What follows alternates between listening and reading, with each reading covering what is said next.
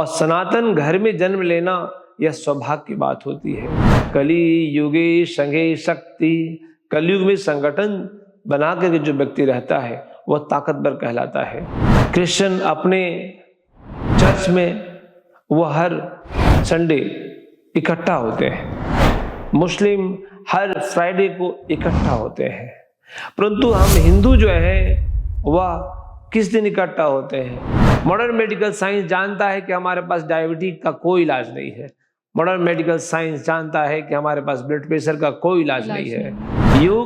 योग is cosmic chemistry, एक ब्रह्म रसायन है। हिंदू धर्म खाली चुप रहना तो नहीं सिखाता है? देखिए अपर्णा जी, यह एक विवादित सवाल नहीं है, यह एक बहुत ही आध्यात्मिक सवाल है, क्योंकि हमारे शास्त्रों में आदि शक्ति की पूजा हम लोग करने वाले लोग हैं। भगवान राम जी के पास हमेशा देखिए कि तीर कमान है। हमारे भगवान कृष्ण के पास वो हमेशा सुदर्शन चक्रधारी है। हमारे देवी देवताओं के पास, सब देवी देवताओं के पास अस्त्र और शस्त्र से वो लैस रहती हैं। आज व्यक्ति का कोलेस्ट्रॉल बढ़ रहा है, ओबेसिटी बढ़ रहा है, रिमोथराइटिस हो रहा है, ज्वाइंट पेन हो रहा है, साइटिका हो रहा है, लिवर डिजॉर्डर्स हो रहा है, क्रिएटिन लेवल बढ़ गया, प्रोस्टेट की समस्याएं हो रही है, स्पॉन्डिलाइटिस हो रहा है। It means I would like to say people are suffering with several many different diseases, क्योंकि सनातन से ही बुद्धिज्म, जैनिज्म, सिखिज्म, ये सभी सनातन के अभिन्न अंग रहे हैं।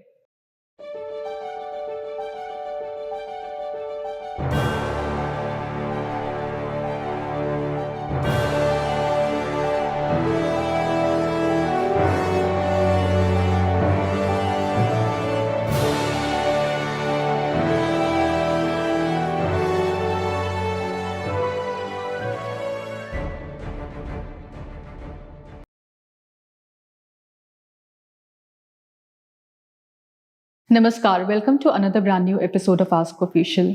आज हम बहुत ही डिफरेंट टॉपिक के साथ आए हैं, जो कि है योग। इससे पहले भी हमने योग के बारे में बात करी थी, लेकिन वो था कुंभक। आज हम जो लेकर आए हैं वो एक्चुअल योग साधना क्या होती है, योग क्या होता है, इसके बारे में बात करेंगे। आज हमारे साथ जो हैं हमारे अतिथि वो हैं स्वामी संतोष आनंद जी, जिन्होंने कम से कम 32 देशों में स्वामी जी अपना परचम फैलाया योग का। अगर हम बात करते हैं 32 देशों में योग का परचम फैलाना, साथ ही में अभिनेताओं को सिखाना, प्रधानमंत्री को सिखाना देश के, और बहुत ही अलग अलग प्रकार के अलग अलग फील्ड के लोगों को आपने योग सिखाया है। बिल्कुल। सो अगर हम बात करते हैं इन जनरल स्वामी जी, योग बेसिकली होता क्या है, किसको हम योग कहते हैं? सबसे पहले मैं अपर्णा शर्मा जी आपको मैं हृदय से साधुवाद देता हूँ, आपकी पूरी टीम को मैं साधुवाद देता हूँ, आपके इस महान विचार को मैं साधुवाद देता हूँ कि इस विचारों को किस प्रकार से आज आम जनमानस तक जो आपको पहुंचाने का जो संकल्प है उसको मैं साधुवाद देता हूं। योग एक बहुत बड़ी विज्ञान है, योग एक ऐसी विद्या है, योग एक ऐसी शास्त्र की एक ऐसी तरकीब है जिससे आम आदमी से लेकर के किसी भी स्तर के जो व्यक्ति है वह शारीरिक रूप से, मानसिक रूप से, आध्यात्मिक रूप से स्वस्थ हो सकता है। जैसा कि आपको मालूम होगा, आज का जो जीवन है हम सभी का, जो दिनचर्या है वो बहुत ही अस्त और व्यस्त है। जब आदमी अस्त व्यस्त होता है तो आदमी कभी भी मस्त नहीं हो सकता है। मस्त तो तभी होगा जब वह योग साधक होगा, और योग साधक तभी हो सकता है जब आप एक अच्छे योग गुरु के सानिध्य में योग करेंगे। योग के बारे में शास्त्रों में कहा गया, देखा देखी ठाने जोग, छीझे काया बाढ़े रोग। योग कभी भी देखा देखी नहीं करने का है। योग को बिल्कुल एक अच्छे गुरु के साथ, एक अच्छी साधक के साथ जब आप करते हैं तो योग आपको पूरे जीवन का रूपांतरण कर देता है। जी, अगर हम बात करते हैं अपने प्रधानमंत्री की, तो कहा जाता है वो भी कि बहुत जल्दी उठते हैं, 4 बजे उठ जाते हैं, उनकी दिनचर्या ऐसी रहती है, योग का पूरा पालन करते हैं। तो क्या योग का नियम जो होता है वो किसी आदमी की जिंदगी बदल सकता है? ये ताकत रखता है योग? सबसे बड़ी बात है कि आप देश के यशस्वी प्रधानमंत्री श्री नरेंद्र मोदी जी, हम सभी भारत का सौभाग्य है कि ऐसे प्रधानमंत्री मिले हैं, क्योंकि वह सच में एक योगी हैं। सुबह से लेकर के रात्रि तक उनका पूरा जो जीवन है हम सभी सनातन और राष्ट्र के लिए समर्पित, किस प्रकार से भारत देश हमारा पूरे विश्व में तिरंगा फहरा रहा है। जब यूएन में जब यह योग पारित हुआ अपर्णा जी, इसमें सबसे बड़ा रोल यदि रहा तो देश के प्रधानमंत्री श्री नरेंद्र मोदी जी का, क्योंकि आज योग आज पूरे विश्व में 196 कंट्रीज ने, जो यूएन के मेंबर्स थे उन लोगों ने साइन किया। तब जाकर के 2015 में हम लोग प्रथम बार अंतर्राष्ट्रीय योगा दिवस के रूप में भारत देश में मनाना और पूरे विश्व में इसको मनाया जाने लगा। तो योग जो है हमारे जीवन में रूपांतरण ला सकता है, क्योंकि जब हम नियमित रूप से जब हम योगासन करते हैं, क्योंकि आपको मालूम है योगासन के कई भेद होते हैं। कई लोग समझते हैं कि सिर्फ थोड़ा सा आसन हमने कर लिया, मैं योग कर रहा हूँ, थोड़ा सा कोई प्राणायाम कर लिया अपर्णा जी तो हम योग करने लगे हैं। ऐसा नहीं है, क्योंकि जैसा कि मैं कह रहा हूं, yoga is a complete spiritual science, holistic science. Yoga is a great spiritual science by which you can make your body healthy, mind healthy. आप अपने आत्मा के बारे में जान जाते हो। शास्त्र में कहा गया अतः योगानुशासनम तदाह दृष्टु स्वरूपे अवस्थानम वृत्ति सारूप्यम मित्रत्र, क्योंकि अतः योगानुशासनम, अनुशासन के साथ जब हम योग करते हैं, गृह्ण योग संहिता में पतंजलि योग सूत्र में कहा गया यम नियम आसन प्राणायाम प्रत्याहार धारणा ध्यान समाधि, यम से लेके समाधि की यात्रा योग है। व्यक्ति को यम नहीं मालूम होता है, नियम बिल्कुल नहीं है, सीधे वो आसन पे चला जाता है, सीधे वो प्राणायाम करने लगता है। तो जिस कारण से भी बहुत सारी तकलीफें लोग का बढ़ रहा है कि वह सही से करता ही नहीं है। तो यम जो है जैसे शौच, संतोष, तप, स्वाध्याय, ईश्वर प्राणिधान, यह यम है। नियम भी सत्य अहिंसास्ते ब्रह्मचर्य परिग्रह नियमस्ति। तो इस प्रकार से जब हम शास्त्रोक्त विधि से योगासन करते हैं, क्योंकि हमारे गुरुदेव 128 साल तक इस संसार में शरीर से रहे, तो हमें उनका सेवा करने का मौका मिला। वो अक्सर कहते थे, बद्री केदार हिमालय की वादियों में अक्सर रहा करते थे, वो कहते थे कि जो भी साधक योग का अभ्यास नियमित रूप से करेगा उसका पूरा जीवन बदल जाएगा। और इसका साक्षात अनुभव मैंने किया। मैं युवा काल से आज तक पिछले 28-29 साल से मैं योग की सेवा कर रहा हूँ, और मुझे हमेशा ऐसा अनुभव होता है कि जैसा मैं आज से 28 साल पहला जैसा था आज भी वैसा ही हूँ। तो यह सब योग का देन है। तो हमारी दिली इच्छा है कि देश के युवा, देश के बुजुर्ग, देश का पूरी दुनिया के लोग योग के राह पे चले, जिससे आप हर तरीके से आप स्वस्थ रहेंगे, आपका जीवन निरोगी हो जाएगा। पहला सुख निरोगी काया, जो पहला सुख है वो निरोगी काया है। आप शरीर से स्वस्थ रहने का विज्ञान है योग, शरीर को निरोगी करने का ब्रह्मास्त्र योग, शरीर को काया कल्प करने की विद्या है योग। योग कोई मामूली विषय नहीं है, परंतु योग हम एक अनुभवी गुरु के साथ करेंगे तब ज्यादा फलदायी होगा। ऐसे लोग कर रहे हैं, दुनिया कर रही है। आज इंटरनेट का जमाना है, वीडियोस का जमाना है, करें हम, परंतु जब भी वक्त मिले तो गुरु के सानिध्य में पहुंचे। लाइव परफॉर्मेंस का एक अलग ही मजा है जी। हम जो मजा वीडियोस से, टीवी से लेते हैं अलग अलग विधियों से, परंतु जब भी हमें मौका मिलता है तो लाइव परफॉर्मेंस का हिस्सा बने, लाइव गुरु से आकर के सीखे। स्वामी जी, यहाँ पे मैं कहना चाहूंगी, जैसे लाइव में आप जब लाइव कराते होंगे तो बहुत बार हम जैसे YouTube आजकल, जैसे आपने बोला कि प्रचलन चल गया है YouTube से देख के योग सीख लेने का, बहुत बार होता है श्वास ही हम गलत तरीके से ले रहे होते हैं, हमको पता ही नहीं होता है, तो उसके एडवर्स इफेक्ट भी हो सकते हैं। ये हमारे व्यूवर्स को जरूर बताइए। आपने बहुत अच्छा सवाल पूछा अपर्णा जी। देखिए, जैसा कि मैं पहले ही कहा कि देखा देखी ठाने जोग छीझे काया बाढ़ी रोग। आपने सुना होगा वो फलाना साहब एक्सरसाइज कर रहे थे और उनको हार्ट अटैक आ गया जी। फलाना जी दौड़ रहे थे, हार्ट अटैक आया, वो ऊपर चल गए। फलाना साहब जिम में वह पुशअप कर रहे थे और चल पड़े। प्राणायाम कर रहे थे, हार्ट अटैक आ गया, चल पड़े। रात में सोए थे, सुबह जग नहीं पाए, वो चल दिए। ये सब कारण क्या है? कारण यह है कि हम अपने हृदय को नहीं समझ पा रहे हैं, हम अपने लंग्स की क्षमता को नहीं बढ़ा पा रहे हैं। जब तक हम अपने हृदय, शरीर में 6 से 7 किलो जो ब्लड है, उसका 80 to 90% जो ब्लड है वह हृदय से होकर के पूरे बॉडी में पंपिंग करता है।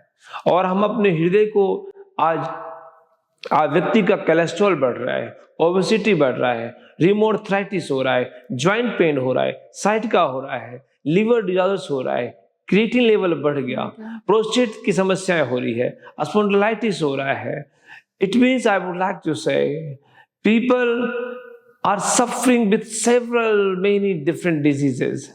हम तमाम तरह के बीमारियों से, और तमाम बीमारियों को निजात देने का सबसे सरल माध्यम है कि आप एक अच्छे अनुभवी गुरु से योग कर लें।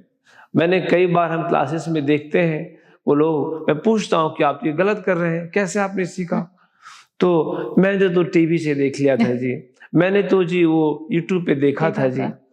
कारण क्या है? आप देखे भी सही, वो ऐसा नहीं मैं कह रहा हूं कि टीवी पे जो आ रहा है वो गलत हो रहा है, परंतु जो आप कर रहे हैं, अगर आप गलत कर रहे हैं तो टीवी से तो निकल के कोई आपको नहीं कहेगा आप सही करो।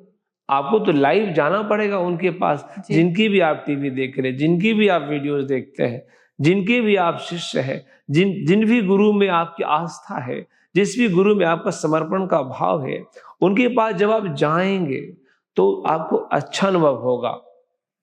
जी जी, जैसे हम योग के बारे में बात करते हैं, आज वो योगा कहा जाता है तो उसकी वैल्यू बन जाती है। तो इस पे आप क्या अपनी दृष्टि डालेंगे? बिकॉज हमारे पास तो ये योग बहुत पहले से था, मतलब बहुत, शायद जब हम और आप नहीं थे तब भी वो योग था। तो इसको जब वेस्टर्नाइज कर दिया गया, योग से योगा बना दिया गया, तब लोगों ने वैल्यू करना शुरू कर दिया महाराज जी। तो इसके बारे में आप क्या कहना चाहेंगे? हम इतना पीछे क्यों हैं? क्यों नहीं हम अपने आप को समझ पाते हैं कि हमारा सनातन धर्म इतना स्ट्रांग है, इतना देने वाला है, और उसी को जब दूसरा रीपैकेज कर देता है, अगर हम कहें बाहर जाके वो रीपैकेजिंग करके योगा नाम से आ जाता है, तो हम उसको वैल्यू करने लग जाते हैं। आप बिल्कुल सही कह रहे हैं कि आज रीपैकेजिंग का जमाना है, और आज हमारी सनातन का सौंदर्य रहा है योग। देखिए, हमारे शास्त्रों में भगवान राम जी वह बहुत बड़े योगी हुए, भगवान कृष्ण को महायोगी कहा गया, गुरु नानक साहब बहुत बड़े समाधि में हमेशा रहते थे।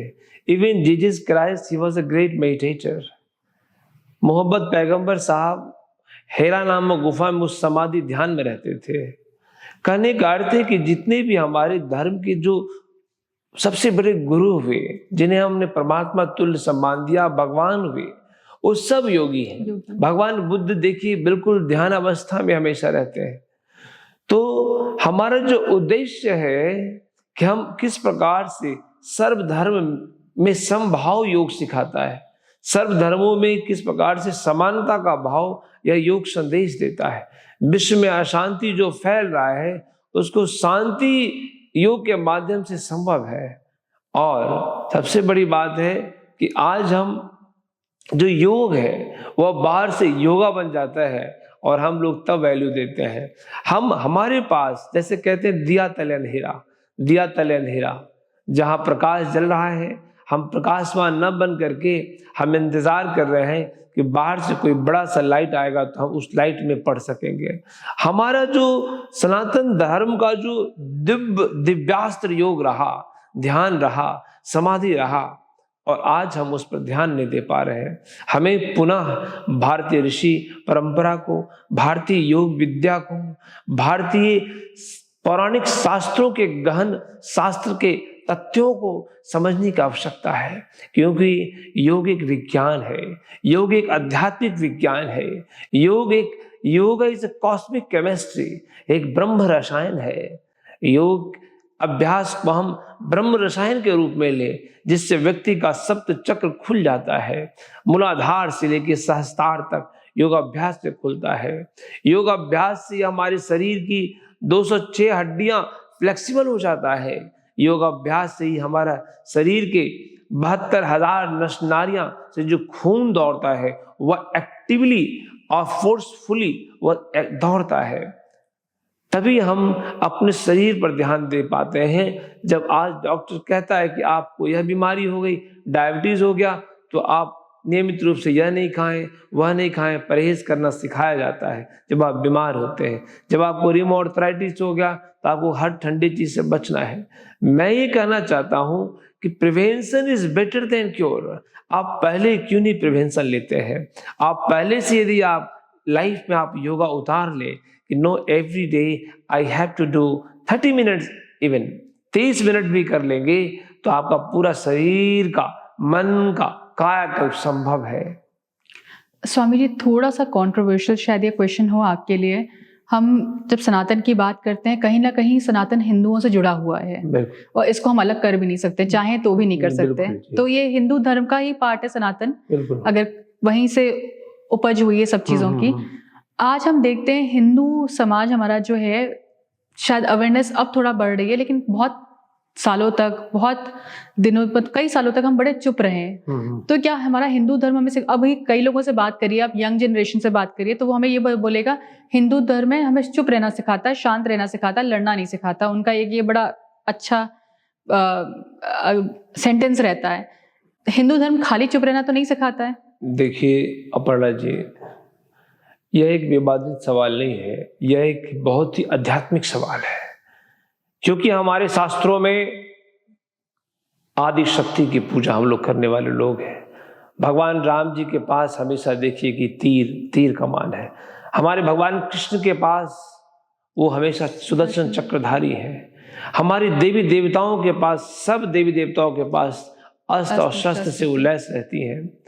परंतु हमारा सनातन धर्म हजारों वर्षों की जो अलग अलग मुगल बादशाहों से, अलग अलग जो ब्रिटिश हुकूमतों से हमने इतना दर्द झेला है, हम दर्द झेल झेल के हम अब कहने लगे कि हमें शांत रहना सिखाता है। जीवन है संघर्ष, लड़ना तुझे पड़ेगा, जो लड़ नहीं सकेगा वो आगे नहीं बढ़ेगा। लड़ना है हमें पहले अपने अंदर की बीमारियों से, अपने अंदर के कुंठित विचारों से, जो हम मान बैठे हैं कि सनातन जो है वो चुपचाप रहना सिखाता है।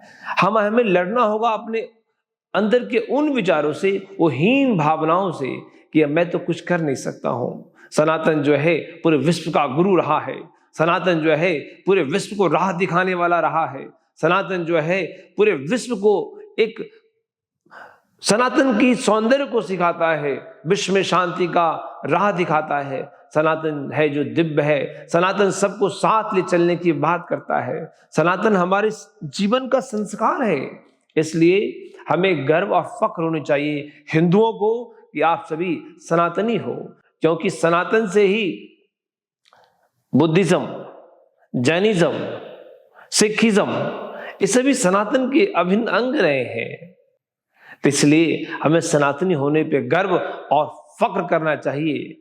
हमारे भगवान भोले बाबा को योग का जनक कहा जाता है, योग का पिता कहा जाता है। वो महान योगी जो शमशान में भी बैठ के ध्यान मग्न है।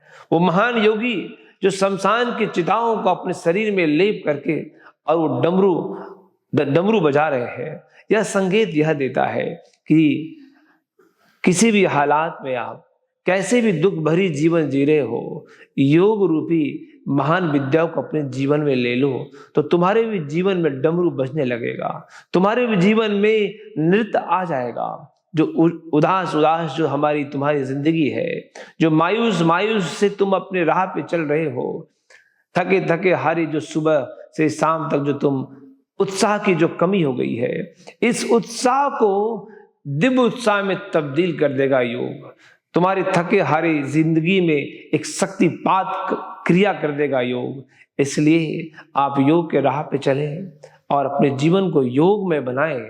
जी स्वामी जी, जैसे हम बात करते हैं मुस्लिम धर्म की, क्रिश्चियनिटी की, हिंदू धर्म की, तो क्रिश्चियनिटी में भी उनको उनके बारे में पढ़ाना अलाउड है, चाहे वो स्कूल हो चाहे जहाँ पे भी। सेम मदरसे में मुस्लिम्स को ये चीज भेदभाव खाली सनातनी या हिंदुओं के साथ क्यों है कि वो नहीं पढ़ा सकते? सबसे बड़ी बात है, ये विडंबना है हमारे देश की। ये आप सही कह रही हैं, ये विडंबना है। और जैसा कि मैंने कहा, हजारों वर्षों का जो दंश झेला है, हम सभी सनातनी क्रिश्चियन अपने चर्च में वो हर संडे इकट्ठा होते हैं, मुस्लिम हर फ्राइडे को इकट्ठा होते हैं, परंतु हम हिंदू जो हैं वह किस दिन इकट्ठा होते हैं? हिंदू का एक दिन नहीं है। हिंदू ठीक है, शनिवार को पहुंच जाते हैं हनुमान जी के पास, रविवार को कहीं और, सोमवार को कहीं और, मंगल को कहीं और, परंतु हम संगठित रूप से कोई कार्य नहीं कर रहे हैं। हम इंडिविजुअली तो कर रहे हैं बहुत सारे कार्य, परंतु हम संगठित रूप से कार्य बिल्कुल नहीं कर रहे हैं। और यह भी बहुत दुख की बात है कि हम सभी आज अब एक दूसरे से संगठित न होने के कारण, शास्त्र में कहा गया कली युगे संघे शक्ति, कलयुग में संगठन बना करके जो व्यक्ति रहता है वह ताकतवर कहलाता है। जिस प्रकार से एक लकड़ी टूट जाया करता है, लकड़ियों का जब समूह होता है वह तोड़े न टूटता है। इसलिए सभी सनातनियों को आप, यह योग का सत्र है, फिर भी मैं कहूँगा, क्योंकि जब आप सनातन रहेंगे ही नहीं तो फिर आप क्या योग, क्या साधना, क्या समाधि, क्योंकि इस संसार में समाधि की बात सिर्फ सनातनी करता है। इस संसार में विश्व वसुधैव कुटुंबकम की बात सिर्फ सनातनी करता है। इस संसार में शांति आए, इस संसार से सबके कष्ट दूर हो जाए, यह प्रार्थना सिर्फ सनातनी करता है। इस संसार में सब सुखी रहे, सर्वे सन्तु सुखिनः सर्वे सन्तु निरामया सर्वे भद्राणि पश्यन्तु माँ कश्चित् दुःख भाग भवेत्। संसार में सभी का कष्ट दूर हो जाए। हे माँ भगवती, इस संसार में हर प्राणी सुखमय जीवन जिए, तो वह सिर्फ सनातनी का प्रार्थना करता है। यह प्रार्थना किसी अन्य धर्म में, किसी अन्य मजहब में, किसी अन्य शास्त्रों में नहीं कहा गया। ये हमारे ख्याल से स्वामी जी हमारी सभी पूजा में ओपनिंग और क्लोजिंग लाइन ये होती ही होती है। बिल्कुल। तो इसको तो हम बोलते ही बोलते हैं कि हर आदमी खुश रहे जो इस जीवन में है, जीव रूप में। तो मतलब मेरा जो अंदर से अगर मैं बोलूं स्वामी जी, तो दर्द ये है कि हमारे बच्चों को, आने वाली जनरेशन को शायद रामायण और महाभारत क्या होता है पता ही नहीं होगा, क्योंकि कोई सिखाने वाला ही नहीं है ना। घर पे आजकल लोग रखते हैं, अगर मेरी जनरेशन के मैं अपने फ्रेंड्स वगैरह की बात करूं, किसी की बात करूं, उनके बच्चे भी नहीं समझेंगे उसको, क्योंकि हमारे धर्म में तो हमको ये सिखाया नहीं जा रहा कि तुमको पढ़ना है, जरूरी है। ये जरूरी जो शब्द है ना वो हट गया है अपने मन से।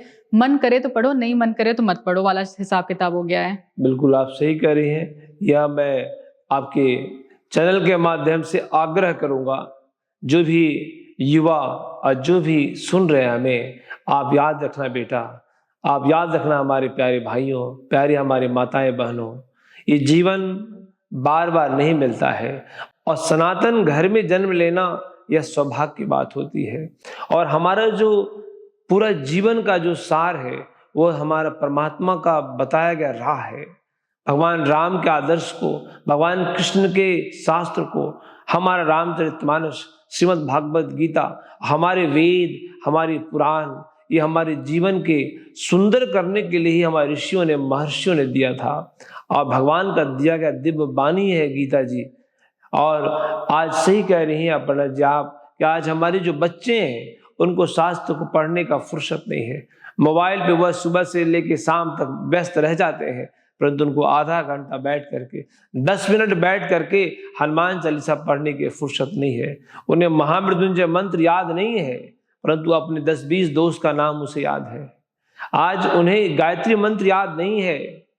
यह भी बहुत कुंठित करने वाली बात है कि आज हमारे माथे से तिलक गायब हो गया, हमारी चोटियां गायब हो गई, हमारे जीवन के सनातन संस्कार गायब हो गए। तो फिर आपके पास बचा क्या है? आप पूर्ण रूप से, यह जो योग है, योग आप करते नहीं है। योग हम सिर्फ सुनते हैं कि देखो फलाना देश के लोग करता है, वह लोग करते हैं, दुनिया कर रहा है, मगर आप नहीं कर रहे हैं। भारत के हर स्त्री को, पुरुष को, नौजवान बच्चों को, बुजुर्गों को, हर आदमी को योग के राह पे चलना होगा। आने वाले समय में इस चैनल के माध्यम से जहाँ जहाँ हमारा कार्यक्रम होगा, जहाँ जहाँ मैं कार्यक्रम करूँगा, सारी बातें आप लोग से चर्चा की जाएगी। मैं चाहता हूँ कि इस देश के हर युवा, हर वर्ग के लोग योग से जुड़े। और योग एक बिल्कुल साइंटिफिकली क्लास में मैं चर्चा करता हूँ, क्योंकि योग पूरा मॉडर्न मेडिकल साइंस भी आज योग को प्रमोट करता है। वो जानता है मॉडर्न मेडिकल साइंस कि हमारे पास आज माइग्रेन का कोई इलाज नहीं है। मॉडर्न मेडिकल साइंस जानता है कि हमारे पास डायबिटीज का कोई इलाज नहीं है। मॉडर्न मेडिकल साइंस जानता है कि हमारे पास ब्लड प्रेशर का कोई इलाज नहीं है। मॉडर्न मेडिकल साइंस जानता है कि हम किसी भी बीमारी को सामान्य तो रख सकते हैं, दबा तो सकते हैं, मगर जड़ से नहीं मिटा सकते हैं। क्या योग में पॉसिबल है ऐसा महाराज जी? बिल्कुल आप सही कह रहे हैं। और आज मैं आपको बताऊं कि ऐसे हर दिन हमारे क्लास में होता है कि वो कहता है कि हमारा साइटिका ठीक हो गया, हमारा स्पॉन्डिलाइटिस ठीक हो गया, हमारा जो बैक पेन है वो 5 साल से 10 साल से तकलीफ में था, वो ठीक हो जाता है सिर्फ 7-8 दिन के क्लास में। और वह लाइफ टाइम रिलीफ फील करता है, क्योंकि हमने देखा है पिछले 27-28 वर्षों के अनुभव में कि हजारों लाखों लोग ठीक हुए, परंतु जो आकर के सीखा, क्योंकि जब वो मैं जानता हूं कि वो ऐसे करेगा तो ऐसे लाभ होगा, यह गलत करेगा तो यह नुकसान हो सकता है, इसलिए कि आप योग के सानिध्य में, योग गुरु के सानिध्य में अभ्यास जब करेंगे तो आपको जो अनुभव होगा वह आपके अवर्णनीय होगा, अवाच्य होगा, आप उसे खुद अनुभव करेंगे। जी स्वामी जी, जैसे हमने सुन रखा है और देखा भी है आपकी पिक्चर्स वगैरह, आपने रिचर्ड गेयर को योगा सिखाया था। ऐसा है कि रिचर्ड गेयर साहब बोधगया में कार्यक्रम में 2012 में दलाई लामा जी के साथ आए थे। तो दलाई लामा जी से मैं मिल रहा था, तो मैंने देखा कि रिचर्ड गेयर बिल्कुल वो थोड़ा चलने में काफ़ी तकलीफ उसे हो रही थी। बस मैंने कहा कि ये जो तुम्हारी दर्द है मैं तुरंत दूर कर सकता हूँ। तो मैं एक्चुअली हीलिंग भी करता हूँ, मैं एक हीलर भी हूँ जी। तो मैंने उनका हीलिंग किया और वो दर्द उसका तुरंत 1 मिनट में 90% उसको आराम हो गया। तो बोला Swami ji, I am now presently 64 years in 2012 में 64 का हूँ, इतना पेन था, मैं चलने में तकलीफ थी और आपने मुझे तुरंत ठीक कर दिया, इसका क्या राज है? तो फिर मैं कंटिन्यू उनको कुछ दिनों तक योग सिखाया। फिर वो जब भी भारत आते हैं तो हमसे अक्सर वो मिलते रहते हैं और काफ़ी प्रभावित हुए योग से, और वो नियमित रूप से योग करने लगे। हमारे लिस्ट में तो कई ऐसे सेलिब्रिटीज़ हैं पूरे वर्ल्ड के। मैंने उसेन बोल्ट को पर्सनली योग सिखाया। रशियन ओलंपिक 2013 में मैं वहाँ था, रशिया जी, उनको मैं, उसेन बोल्ट को भी मैंने पर्सनल योग सिखाया। ऐसे थाईलैंड के प्रधानमंत्री यंगलिक सिनावात्रा को सिखाया, श्रीलंका के राष्ट्रपति महिंदा राजपक्षे को योगा सिखाया, पपुआ न्यू गिनी के मिस्टर लादेन जो डिप्टी प्राइम मिनिस्टर थे वहाँ के, उनको योग सिखाया, सिंगापुर के विदेश मंत्री को सिखाया, ताइवान के राष्ट्रपति को सिखाया, ब्राजील के अमेजोना फॉरेस्ट में मैंने उन ट्रैवल्स को सिखाया जो आज भी वहाँ ऐसा कहा जाता है वह 90% नेकेड रहते हैं। और उन ट्रैवल्स को मैं यूएन की तरफ से मैं गया था, ब्राज़ील में जाकर सिखाया। मैं रशियन कई मिनिस्टर्स को मैंने योग सिखाया रसिया में जाकर के, क्योंकि मैंने यह देखा है कि विदेश के लोग को ज़्यादा इंटरेस्ट है योग में। जब वो देखते हैं कि भारत का योगी आया है तो वह ज़्यादा पूछता है। हमें तो याद है कि जब मैं रशिया में था तो एक व्यक्ति आके कहता है कि स्वामी जी, आज से 30 साल पहले एक बिल्कुल सफ़ेद कपड़े में, बर्फीली ठंड में सफ़ेद कपड़े में एक योगी चल रहा था सड़क पर और सारे लोग उसके पीछे पीछे चल रहे थे और सब लोग बिल्कुल उस ठंड में ठिठुर रहे थे, परंतु एक पतला कपड़ा ओढ़े हुए, उनका नाम था धीरेन्द्र ब्रह्मचारी। और मैंने उनकी तस्वीर देखी वहाँ के कई घरों में, तो योग की क्या दीवानी रही है तो मैंने देखा है। और आज तो योग का किसी से नहीं छुपा है कि आज पूरी दुनिया, मैं कह रहा हूं कि जो लोग कहते हैं योग नहीं कर सकते, हम अपने मुंह से ओम नहीं कर सकते, हम अपने मुंह से भगवान का नाम नहीं ले सकते, परंतु हम जाकर के, आपको कुछ दिन, अभी 1.5 साल पहले मैं था आपको दुबई के शेख ने हमको योग सीखा है। वो लोग को मैंने कहा, okay, if you cannot chant Om then just you take a deep inhale and you chant Amin, and they chanted with me Amin, and after he become very happy. Swami, you can chant Amin, then why I cannot chant Om? तो जब तक उनके अंदर का हृदय को खोलने की बात होनी चाहिए। जब समझाने की अच्छी तरकीब होगी वो भी इस बात को समझते हैं, क्योंकि जिस प्रकार से शरीर है, शरीर कभी भी बीमार हो सकता है। तो और किसी भी जात, किसी भी मजहब को देखिए कोई बीमारी नहीं आता है, वैसे ही योग जो है कभी भी कोई भी जात का, कोई भी मजहब का योग कर सकता है। जी। स्वामी जी, जैसे बहुत सारे लोग होंगे मे बी लेट 40s के और 70s के भी अगर हम बात करें, अब उनका बड़ा अच्छा सा एक्सक्यूज होता है कि हमारी तो एज हो गई, अब योगा का समय हमारे लिए नहीं है, अगर करना होता तो बचपन से करना होता। तो ऐसे लोगों के बारे में आप क्या बताएंगे योग के लिए? बहुत अच्छा सवाल पूछा अपर्णा जी आपने। देखिए योग जो है, कहते हैं कि बचपन से लेकर के, सिर्फ 55 तक नहीं, बचपन से लेके पूरे जीवन के आखिरी सांस तक योग आप कर सकते हैं। क्योंकि जब आप, जैसे जैसे हमारा उम्र बढ़ता जाता है, हमारा शरीर जकड़ने लगता है, शरीर की फ्लेक्सिबिलिटी घटते रहती है, मेडिकली हमारे शरीर में स्टिफनेस आता जाता है, हमारा जो ब्लड है उसका थिकनेस की जगह वह ब्लड में गाढ़ा ब्लड होने लगता है, कोलेस्ट्रॉल बढ़ने लगता है और बीमारियां बढ़ने लगती है। तो जब हम योगा अभ्यास करते हैं कोई फर्क नहीं पड़ता है। कहते हैं कि कभी का भटका हुआ व्यक्ति जब सुबह का भटका हुआ आदमी जब शाम को आ जाता है उसे भटका नहीं कहते हैं। वैसे योग आप कभी भी, किस उम्र में आपको बोध हो गया कि हमें योग करना है तो आप योग कर सकते हैं। ऐसा नहीं है कि आप बहुत बुजुर्ग हो गए तो नहीं कर सकते हैं, क्योंकि हमारे आसनों में बुजुर्गों के लिए सूक्ष्म आसन का वर्णन है। हमारे आसनों में जो बहुत ही ज्यादा बिल्कुल बेड पे लेटे हुए बीमार है, अस्वस्थ बहुत ज्यादा है, उनके लिए भी योगासन है कि आप सूक्ष्म व्यायाम में कौन सा आसन करेंगे जिससे आपका शरीर की बीमारियां ठीक हो जाएगी। कई बार तो हम कहते हैं आप प्राणायाम लेटे लेटे भी करें, क्योंकि जब आपके शरीर में बैठने की क्षमता नहीं है तो आप लेट के प्राणायाम करें। आप प्राणायाम करते ही आपके शरीर का क्षमता कई गुना बढ़ जाएगा, फिर आप बैठ जाना। तो कहने का अर्थ है कि योग आसन से आपकी शारीरिक क्षमता कई गुना बढ़ जाता है। तो इसलिए हर वर्ग के लोग योगाभ्यास कर सकते हैं। और जैसे आसन में आपसे बताऊं कि जो आदमी का कमर में दर्द है वो भुजंग आसन करे, अधिक दर्द है तो धनुरासन करे, हनुमान आसन करे। आज 90% व्यक्तियों को, 100% में 95% व्यक्तियों को पेट की बीमारी है।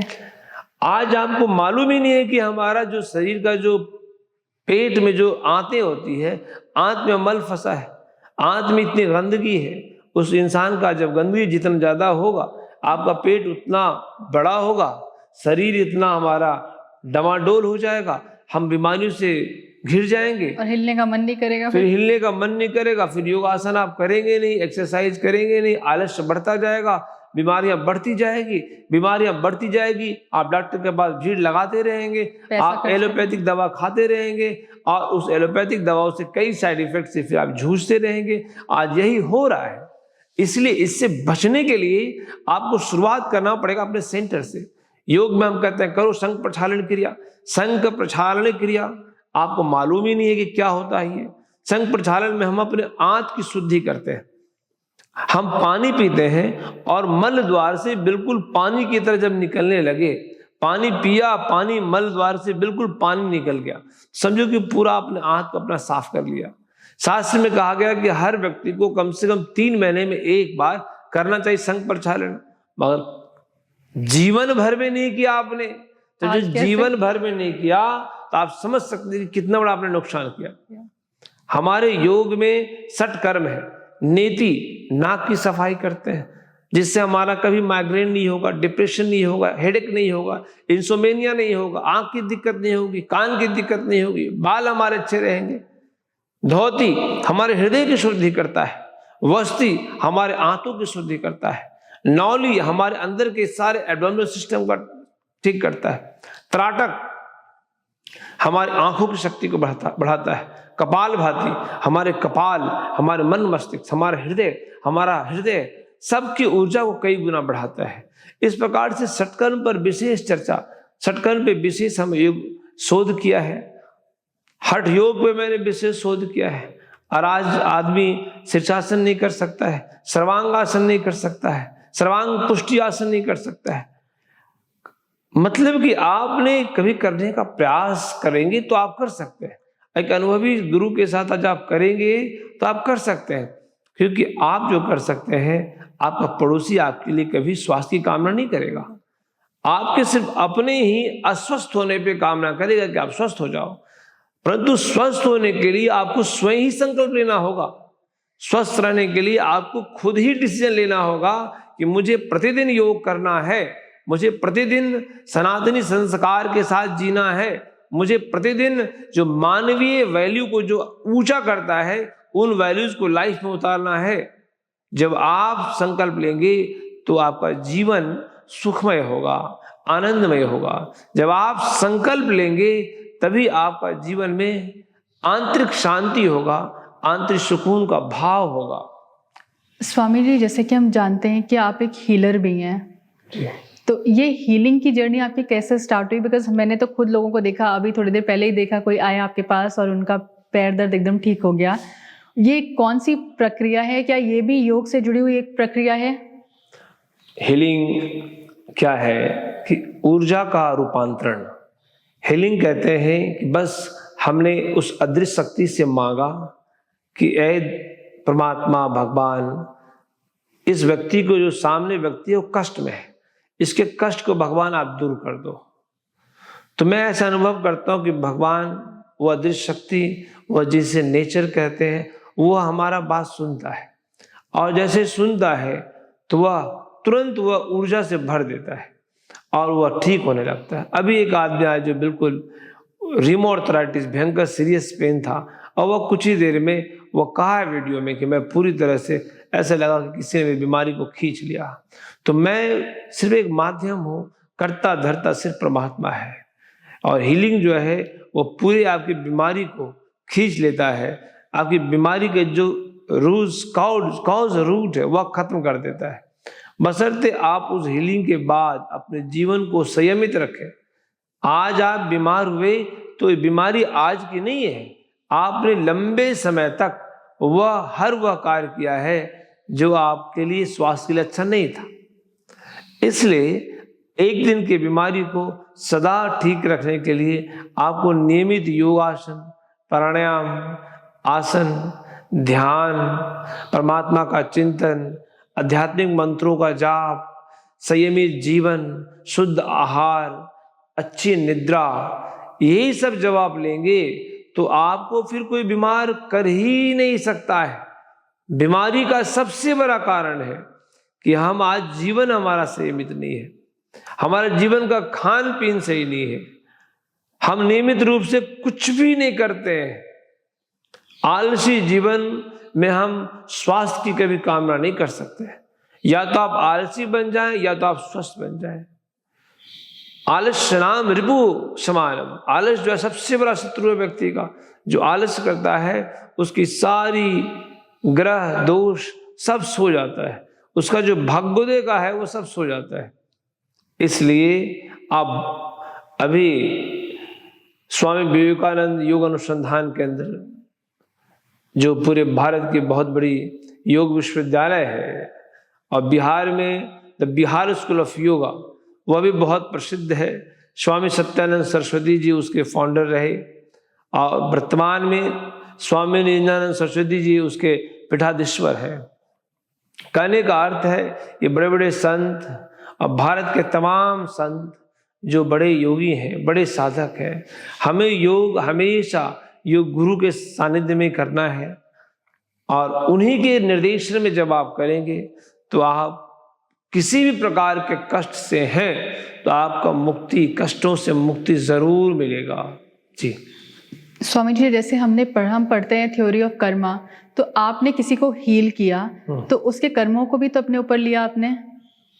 और दूसरा एक ये भी है कि हमने ये भी सुन रखा है कि जब आप किसी की हीलिंग करते हैं, हीलर बनते हैं, तो आपका मन बहुत साफ होना चाहिए, बहुत मतलब आपके मन में कोई ऐसी भावना नहीं होनी चाहिए।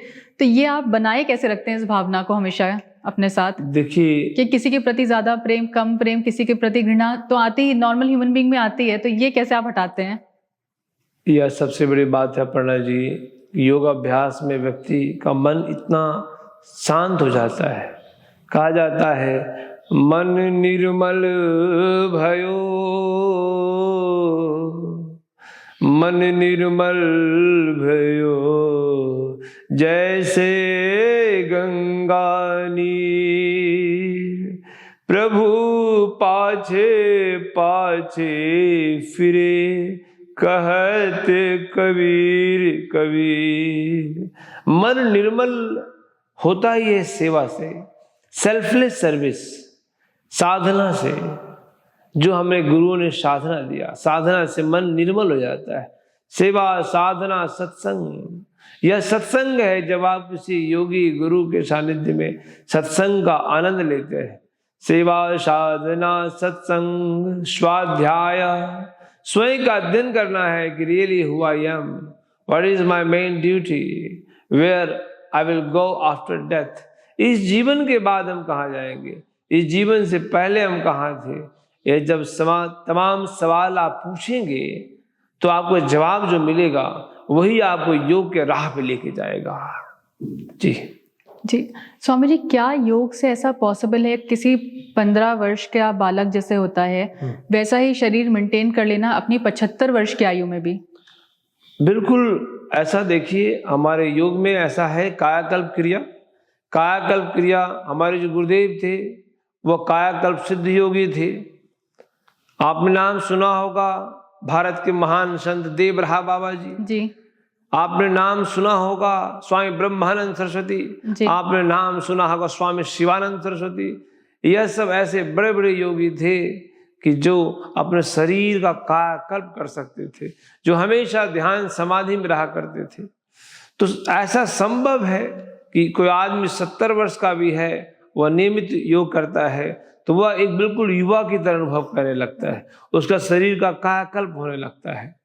और योग में और आयुर्वेद में कई ऐसी क्रियाएं हैं जो कि मैं अक्सर मंचों से कहता हूं, यदि आप योग कर रहे हैं तो आप आयुर्वेद को अपनाएं, क्योंकि योग जैसे बहुत शुद्ध है, शुद्ध के पास ही शुद्ध रह सकता है।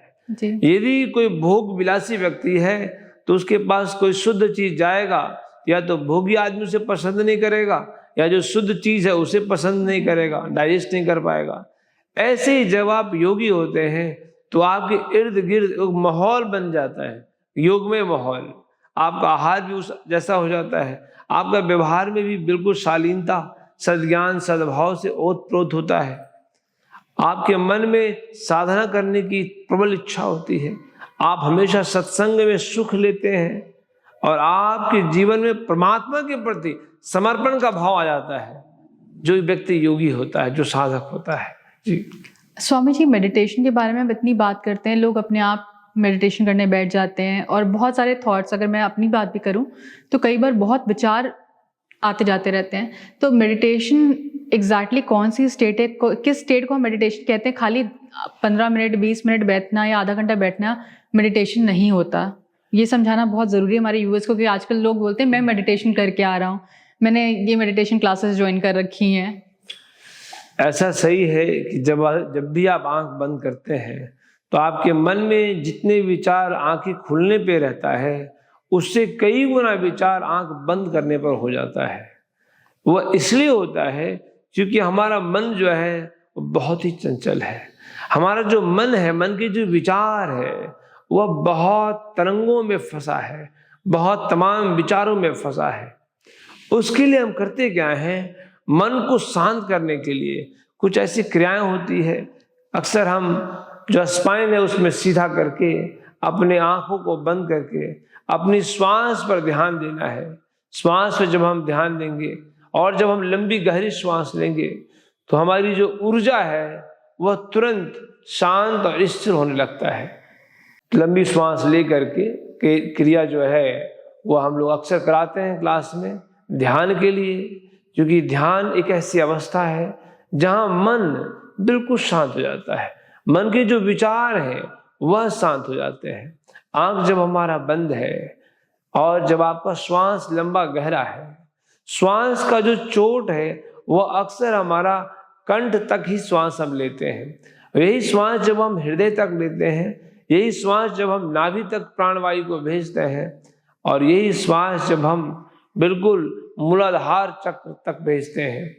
तो व्यक्ति का जितना लंबा गहरा श्वास होगा, वह व्यक्ति का मन उतना ही शांत, उस व्यक्ति का मन उतना ही स्थिर होगा।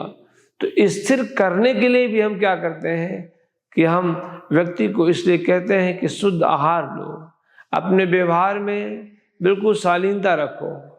आहार, व्यवहार, विचार यह जब शुद्ध होगा तो व्यक्ति अपने आप ध्यान में बैठने लगेगा, और जब उसका ध्यान में मन एकाग्र हो जाएगा वही व्यक्ति समाधि में प्रविष्ट हो जाएगा। जब व्यक्ति समाधि में जाता है तो वह सुखी होता है कि जैसे किसी व्यक्ति को पूरे संसार का दौलत मिल गया हो, उस व्यक्ति को सारे संसार की शारीरिक आध्यात्मिक सुख मिल गया हो। इसलिए योगी साधक जो होते हैं हमेशा ध्यान अवस्था में बैठते हैं। कब वो घटना घट जाए, आध्यात्मिक सुख का जो घटना है वह सिर्फ और सिर्फ ध्यान से ही संभव है, सिर्फ और सिर्फ समाधि से ही संभव है। स्वामी जी, बहुत सुंदर तरीके से आपने समझाया कि मेडिटेशन क्या होता है। कि हमारे करंट जनरेशन के दिमाग में यही है कि मैं तो मेडिटेशन क्लासेस लेकर आ रहा हूँ, कुछ घंटे की क्लासेस हुई और मेडिटेशन हुआ भी और दिमाग वहीं का वहीं रहा, शांत नहीं हो पाया। तो उसकी भी क्रियाएं अलग अलग हैं, ये समझना बहुत ज़रूरी है हमारे लिए। बिल्कुल, ध्यान में कई ऐसी क्रियाएं हैं। ध्यान के करीब 128 अलग अलग विधियां हैं जिससे व्यक्ति को, परंतु सबका जो निचोड़ है, जो सबका सार है कि सारी ध्यान की जो टेक्निक का जो रिजल्ट है वह मन का शांत करना है। मन का शांत करके, जैसे मन अभी हमारी आँख जहाँ जहाँ देखता है वहाँ मन दौड़ता है। जहाँ आप नासिका से जो हम श्वास ले रहे हैं, श्वास में मान लो हमारा कोई वायु में कुछ दोष है, तुरंत विचारों में फैलता है, यहाँ अच्छा खुशबू है, यहाँ खुशबू नहीं है। जो हम बातें सुनते हैं हमारा मन वहाँ भागता है, कोई आवाज़ वहाँ से आ रहा है, कोई ये बोल रहा है, कुछ आवाज़ आया। हमारा जीवा भी अलग अलग स्वाद में फंसा है। तो हमारा पंच ज्ञानेंद्रिय, हमारा जो स्किन है वो बाहरी टच, सुबह सेंसेशन, प्लेजर सब फील करता है। इन सभी पांचों इंद्रियों को अंतर करते हैं, अंतर्मुखी बनाते हैं, मन को इन सब से हटाते हैं, तभी ध्यान और गहरा संभव है। स्वामी जी, जैसे कि हमने बात करी हुई मेडिटेशन की, आगे के पॉडकास्ट में भी हम ज़रूर और भी बहुत गहन अध्ययन करेंगे। जो आपने 128 तरीके बताए उसके बारे में बात करेंगे। स्वामी जी, क्योंकि समय का अभाव भी है, आपके पास ज़्यादा है, हम तो पूरा दिन शूट कर सकते हैं, लेकिन आपका समय बहुत बहुमूल्य है। हम हमारे व्यूअर्स को आप बताएंगे कि जो योग नहीं कर पा रहे, जितना बिजी रह रहे हैं, कौन से बेसिक योग हैं जो उनको रोज डेली प्रैक्टिस में करना ही करना चाहिए अपने शरीर को स्वस्थ रखने के लिए? बहुत अच्छा सवाल पूछा अपर्णा जी आपने। आप कम से कम, जैसे हम कहते हैं कि भोजन करने के बाद एक आसन है जिसे हम तुरंत करें, वो है वज्रासन। भोजन करने के बाद आप यदि 5 मिनट वज्रासन में बैठ जाते हैं तो आपको पेट संबंधी कोई भी तकलीफ नहीं होगा। पहली बात। क्या कॉन्स्टिपेशन भी इससे हील हो सकता है? हाँ, बिल्कुल।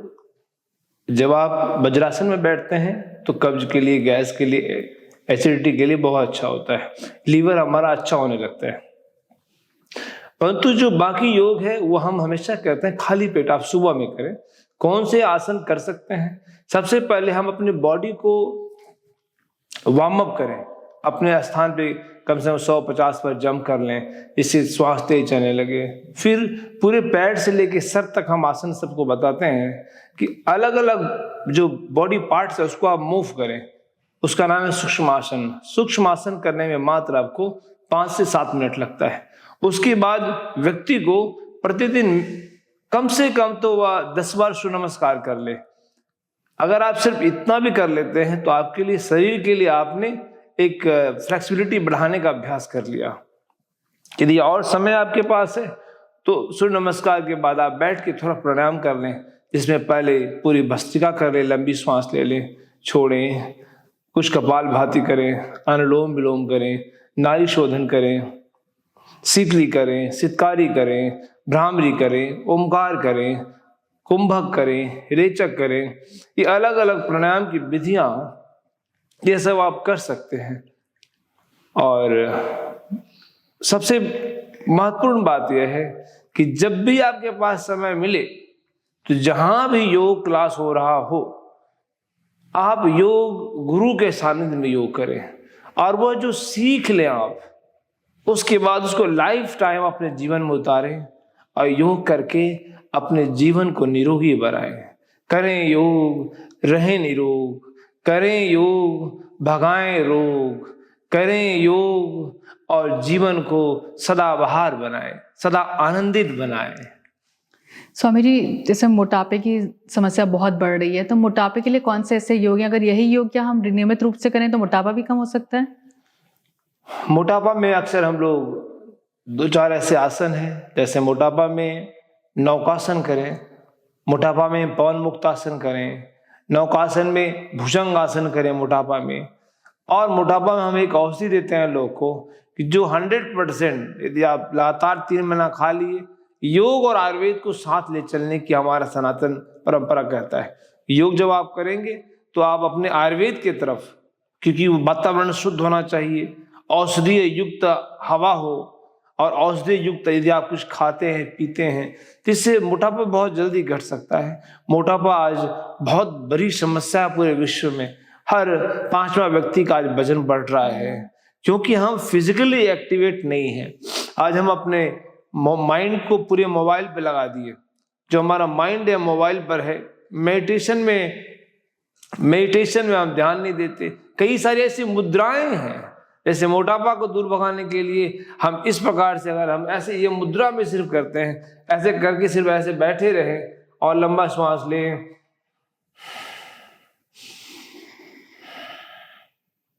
कमर में बहुत दर्द होता है तो आप ऐसे बैठ जाएं। हृदय की कोई विशेष तकलीफ है, इस प्रकार से मृत संजीवनी मुद्रा में बैठ जाएं। ब्लड प्रेशर फ्लक्चुएट होता है तो आप वरुण मुद्रा में ऐसे बैठ जाएं। इस प्रकार से कई ऐसे मुद्राएं हैं।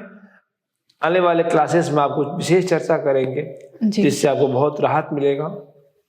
स्वामी जी, आज आपने समय देने के लिए बहुत बहुत धन्यवाद आपको। मेरे ख्याल से बहुत ज्यादा व्यूअर्स को नॉलेज मिली। बहुत बहुत साधुवाद। इसी योग को हम कोशिश करते हैं और आशा भी करते हैं कि बहुत दूर तक लेके चलें। बिल्कुल, बहुत बहुत धन्यवाद।